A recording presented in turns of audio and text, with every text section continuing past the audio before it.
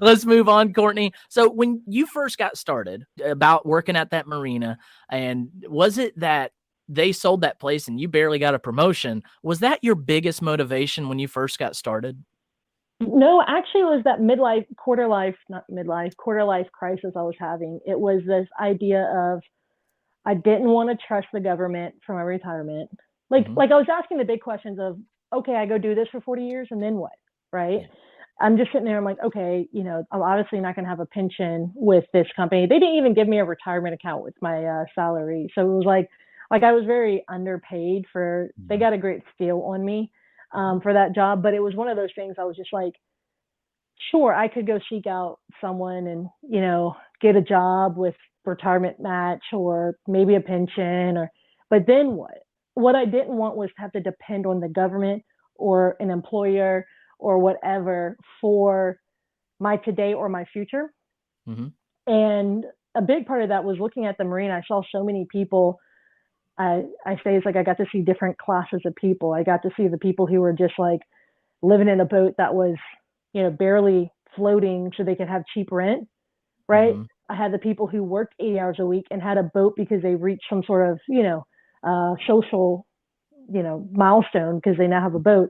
But those would be the boats that would sink on us because they would never come and maintain them because they never used them, Yeah. and then you had the people who were either retired, wealthy, whatever. And it was really interesting to see the different ones. And I said, okay, what do I want for myself?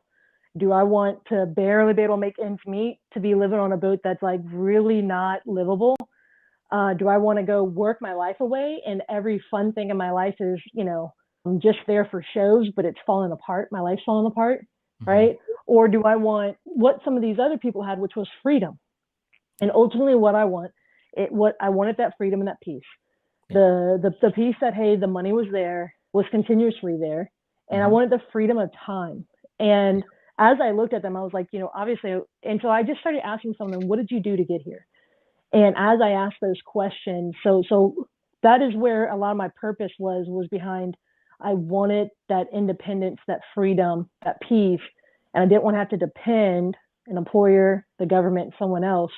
Hmm. And so that was really my main driver. Amen to that. And people need to start, in my opinion, and I don't want to hop on this soapbox too hard, but you got to start being aware of what's making you happy, what's letting you down, what is motivating you, what is driving you. A lot of people are ghost walking and sleepwalking through their lives. And they wake up and go to work on Monday, ready for the weekend already. And they're just Mm-hmm. hoping that at the end of 30, 35, 40 years, that they won't have to do that.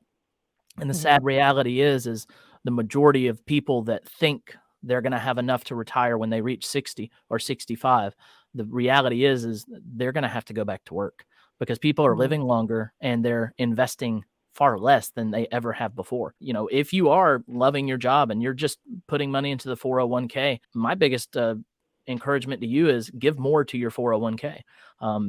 You're going to need more money than you think you do, and you're probably going to Mm-hmm. live longer than you think you will. I wish people would wake up. That looking at those I say classes, but types of tenants within the marina. I mean, look around in the people in your life. All I was being observant, Yeah. right? I cannot tell you how many people were there at the marina who were in of a certain age on a fixed income who would come into my office so stressed because I remember I had this one woman, her husband passed away. He didn't have any type of like will, and she co-owned this sailboat with her two sons, and she couldn't sell it or her house or her husband's truck because they didn't properly estate plan. And she's now being bled to death each month because she has this, marina slip rent. She's got this truck note. She's got all these things, and it's just all those situations forced me to do some, and not everyone takes this opportunity, but it forced me to do some self-reflection. Hmm. Like, what's going to change my path from going something similar? What do I have to do different to not end up in something like that where, I'm on a fixed income at a, later age or whatever that may be. Yeah. And it really takes personal responsibility is Yeah. what it ultimately comes down is that someone else, instead of relying on someone else doing it for me, And so you're right, add to that 401k, find ways to not just contribute, but to grow it. So my significant other is in a very good W-2.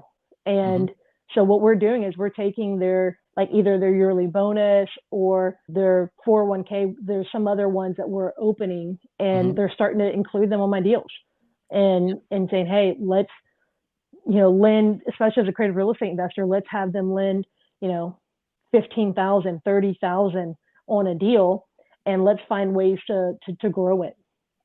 Yeah, and you can take that 15, 30 grand or how little or how much, and you can wrap that with other types of money, and you can grow your stuff and their stuff at a rate that the stock market would never be able to give them. Yep. And that's just some terminology, that wrapping for profits idea. That's just some terminology out of the creative, deal structuring ideologies, is figuring out, ways to creatively finance something. Because it's not just deal structuring. There's also the deal funding, and there's also creative tenant finding. There's creative, house structure. There's all kinds of creative things out there. It's not just black and white. Creatively grow your retirement. Yeah, absolutely. And if you're interested in doing something like that, I recommend you Googling Dykes Boddiford, and just seeing all the things that he has to offer in his teachings. I think that website is Assets 101. So you'll want to check out Dykes Boddiford material out there on self-directed 401ks or self-directed IRAs, and then also how to structure your business in LLCs and trusts and stuff like that. Dykes is one of the best when it comes to that. Absolutely. I was just looking. I have his book right over here. I just bought it. And so I think it's called the Solo 401k or something like that. That's an excellent read. Yeah, I was looking for it if I could find it.